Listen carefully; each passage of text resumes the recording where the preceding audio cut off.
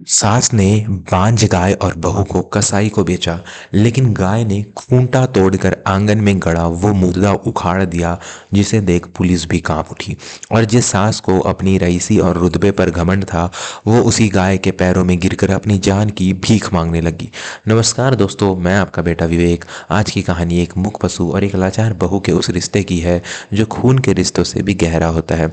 हम अक्सर कहते हैं कि जानवर बोल नहीं सकते, लेकिन जब वो बोलते हैं तो कुदरत का इंसाफ बरसता है। यह कहानी ममता, त्याग और कर्मों के उस चक्र की है जिसे सुनकर पत्थर दिल इंसान भी रो पड़ेगा। गांव के सबसे बड़ी जमींदार घराने की मालकिन थी कांति देवी। कांति देवी का रसूख ऐसा था कि गांव का सरपंच भी उनके सामने खड़ा नहीं होता था। उनका बेटा विक्रम फौज में था और सीमा पर तैनात था। घर में थी तो बस कांति देवी, उनकी बहू राधा और खूंटे से बंधी एक बूढ़ी गाय गौरी।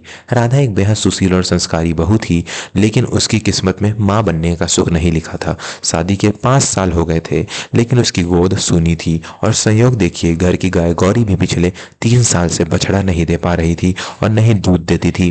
कांति देवी, जो स्वभाव से बेहद क्रूर और लोभी औरत थी, इन दोनों को फूटी आंख नहीं सुहाती थी। वह अक्सर राधा को बालों से पकड़कर मारती और कहती, अरे ओ कुलक्षणी, तू भी बांझ और तेरी यह गाय भी बांझ। दोनों मेरे बेटे की कमाई पर डाका डाल रही हो। मुफ्त की रोटियां तोड़ते शर्म नहीं आती?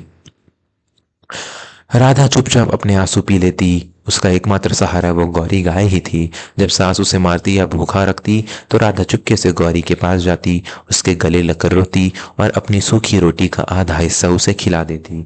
गौरी भी अपनी खुरदरी जीभ से राधा के आंसू पोंछती, मानो कह रही हो, रो मत पगली, भगवान सब देख रहा है। एक दिन कांति देवी का लालच सारी हदें पार कर गया। विक्रम ने अपनी पत्नी राधा के लिए शहर से कुछ सोने के कंगन भेजे थे, लेकिन कांति देवी ने वो कंगन बीच में ही रख लिए और राधा को बताया तक नहीं। इतना ही नहीं, उसने तय किया कि अब इस बांझ गाय और इस बांझ बहू का किस्सा ही खत्म कर देना चाहिए। उसने शहर के सबसे निर्दयी कसाई रंगा को बुलाया। कांति ने पान चाबते हुए रंगा से कहा, देख रंगा, यह गाय तो अब किसी काम की नहीं, इसे ले जा और काट डाल। और सुन, यह जो मेरी बहू है ना, इसे भी किसी गोठे पर बेच दे या अपनी भट्टी में झोंक दे, मुझे कोई फर्क नहीं पड़ता, बस मुझे मुंह मांगी कीमत चाहिए।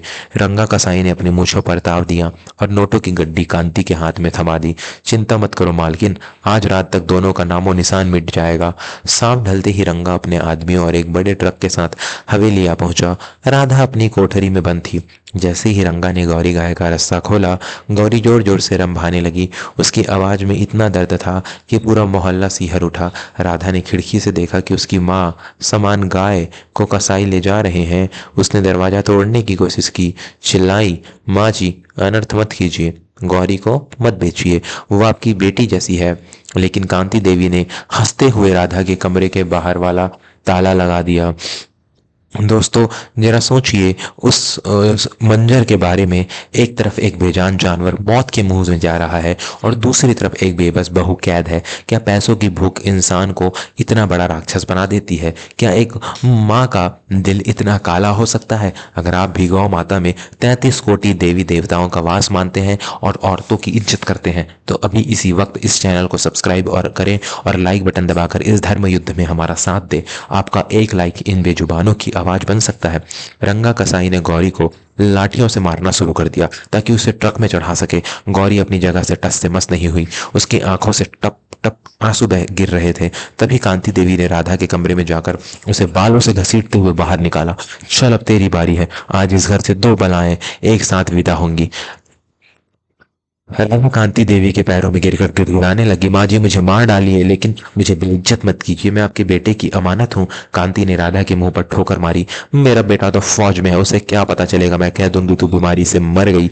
जैसे ही रंगा के आदमियों ने राधा को हाथ लगाया, आंगन में एक चमत्कार हुआ। अब तक शांत खड़ी गौरी गाय के नथुनों से जैसे आग निकलने लगी। उसने एक जोरदार झटका दिया और वो मोटा रस्सा जिसे 3 आदमी पकड़े थे, तिनके की तरह टूट गया। गौरी ने अपने सींगों से रंगा कसाई को हवा में उछाल दिया।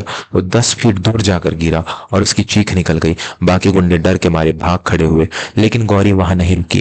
भागी, लेकिन गेट की तरफ नहीं, वो सीधे हवेली के बीचों बीच बने उस पुराने चबूतरे की तरफ भागी जहां तुलसी का पौधा लगा था। गौरी ने पागलों की तरह अपने सींगों से और खुरों से उस चबूतरे को खोदना शुरू कर दिया। उसकी आंखों में खून उतर आया था। वो बार बार कांति देवी की तरफ देखती और फिर जमीन खोदने लगती। कांति देवी का चेहरा पीला पड़ गया। वो चिल्लाई, अरे मारो, गोली मारो इस जानवर को, ये पागल हो गई है। लेकिन तब तक बहुत देर हो चुकी थी। गौरी के रंभाने और हंगामा सुनकर गांव के लोग इकट्ठा हो गए थे और उसी वक्त वहां से गुजर रहे जिले के नए DM district magistrate Shri Raghavendra Singh और गाड़ियों का काफिला भीड़ देखकर रुक गया। डीएम साहब अपनी सुरक्षा कर्मियों के साथ अंदर आए। यह क्या तमाशा है और यह गाय को गोली मारने का आदेश कौन दे रहा है? राघवेंद्र सिंह की कड़क आवाज गूंजी। कांति देवी घबरा गई। साहब, यह गाय पागल हो गई है, इसने कसाई को मार डाला, यह हम सबको मार देगी। लेकिन डीएम की नजर उस गाय पर थी। गौरी किसी को मार नहीं रही थी, बल्कि वो जमीन खोदकर कुछ बाहर निकालने की कोशिश कर रही थी। दोस्तों, अब जो राज खुलने वाला है वो आपके होश उड़ा देगा। यह वो पल है जब पाप का घड़ा फूटता है। मैं आपका बेटा विवेक ऐसी सत्य और मर्मस्पर्शी कहानियां बहुत मेहनत से आपके लिए ढूंढ कर लाता हूँ। यह चैनल ही मेरा परिवार है, मेरा सब कुछ है।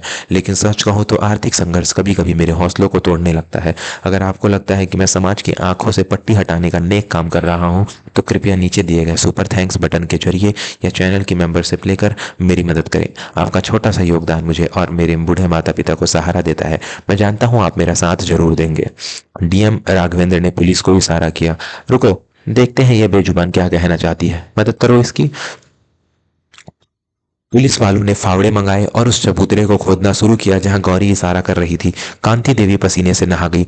वो भागने की कोशिश करने लगी, लेकिन महिला पुलिस ने उसे दबोच लिया। जैसे ही मिट्टी हटाई गई, वहां एक पुराना जंग लगा लोहे का संदूक मिला। डीएम साहब ने उस संदूक का ताला तोड़वाया। जैसे ही ढक्कन खुला, वहां मौजूद हर शख्स की रूह कांप गई। उस संदूक में इंसानी हड्डियों का एक ढांचा, स्केलेटन था और उसके साथ कुछ गले हुए कपड़े और एक डायरी थी। डीएम ने वो डायरी उठाई। वो डायरी किसी और की नहीं बल्कि राधा के ससुर और कांति देवी के पति स्वर्गीय ठाकुर बलदेव सिंह की थी। डायरी के आखिरी पन्ने पर लिखा था, मेरी मौत का कारण मेरी बीमारी नहीं बल्कि मेरी पत्नी कांति है। उसने मुझे जहर दिया है क्योंकि मैंने अपनी सारी जायदाद अपनी गौ सेविका बहू राधा के नाम कर दी है। कांति का चरित्र ठीक नहीं है। मुझे डर है कि मेरे मरने के बाद यह राधा को भी मार देगी। यह गाय मेरी गौरी सब देख रही है, यही मेरी गवाह है। सब सन्न रह गए। 3 साल पहले ठाकुर साहब अचानक गायब हो गए थे और कांति ने कहा था कि वो तीरथ पर गए हैं और वहीं उनका देहांत हो गया। लेकिन असलियत यह थी कि कांति ने उन्हें मारकर इसी आंगन में गाड़ दिया था और ऊपर तुलसी का चबूतरा बनवा दिया था। और उस रात यह सब गौरी गाय ने अपनी आंखों से देखा था। गौरी 3 साल से खामोश थी, लेकिन आज जब उसकी बेटी राधा पर आंच आई तो उसने अपनी चुप्पी तोड़ दी। डीएम राघवेंद्र ने गुस्से में कांति देवी की तरफ देखा। एक औरत होकर तुमने इतना घिनौना पाप किया, पति की हत्या और बहू का सौदा, तुम्हें तो फांसी भी कम पड़ेगी। कांति देवी डीएम के पैरों में गिरकर गिड़गिड़ाने लगी। साहब माफ कर दो, यह गाय डायन है, इसने मुझे फंसाया है। राधा ने आगे बढ़कर गौरी के माथे को चूमा। गौरी अब शांत थी। उसकी आंखों से आंसू बह रहे थे, जैसे उसने अपने मालिक का कर्ज चुका दिया हो। राधा ने रोते हुए कहा, साहब यह गाय बांझ नहीं है, यह तो इस घर की रक्षक है। मेरी सास ने इसे बांझ कहा, मुझे बांझ कहा, लेकिन आज इसी बेजुबान ने मुझे नई जिंदगी दी है। डीएम ने तुरंत आदेश दिया, कांति देवी को गिरफ्तार करो और धारा 302 के तहत हत्या का मुकदमा दर्ज चलाओ और इस कसाई रंगा को भी जेल में डालो। इतना ही नहीं, डीएम साहब ने अपनी जेब से एक लिफाफा निकाला। राधा जी, मैं यहाँ फौज की तरफ से आया था। आपके पति विक्रम को वीरता पुरस्कार मिला है और उन्हें सूबेदार मेजर बना दिया गया है। वो कल ही वापस आ रहे हैं। यह रही उनकी चिट्ठी। राधा ने वो चिट्ठी सीने से लगा ली। कुछ महीने बाद हवेली में फिर से खुशियां लौटी। विक्रम वापस आ चुका था। कांति देवी जेल की चक्की पीस रही थी और सबसे बड़ी खुशखबरी, जिस गौरी को बांझ कहा जाता था उसने एक स्वस्थ और सुंदर बछड़े को जन्म दिया और डॉक्टरों ने बताया कि राधा भी अब मां बनने वाली है। वो बांझपन का ताना सिर्फ कांति देवी का फैला हुआ झूठ था। निष्कर्ष दोस्तों, इस कहानी से हमें यह सीख मिलती है कि कर्मों का फल इसी जन्म में मिलता है। कभी किसी बेजुबान जानवर को मत सताना, क्योंकि उनकी फरियाद सीधा ईश्वर सुनता है। और औरत को कमजोर समझने की भूल मत करना। जब वो दुर्गा बनती है तो अच्छे अच्छे राक्षसों का संहार कर देती है। आज की कहानी में अगर आपकी आंखों को नम किया है तो कमेंट में जय गौ माता लिखना न भूलें। और मेरे प्यारे साथियों, अगर आप अगली कहानी दहेज लोभी ननंद का अंत या सौतेली माँ की हैवानियत पर देखना चाहते हैं तो अभी मेंबर्स ओनली कमेंट में लिखकर बताएं या सुपर चैट के जरिए अपनी फरमाइश भेजें। मैं वादा करता हूँ अगली कहानी आप ही की पसंद की होगी। तब तक के लिए नेकी की राह पर चलें और बड़ों का सम्मान करें। जय हिंद, जय भारत।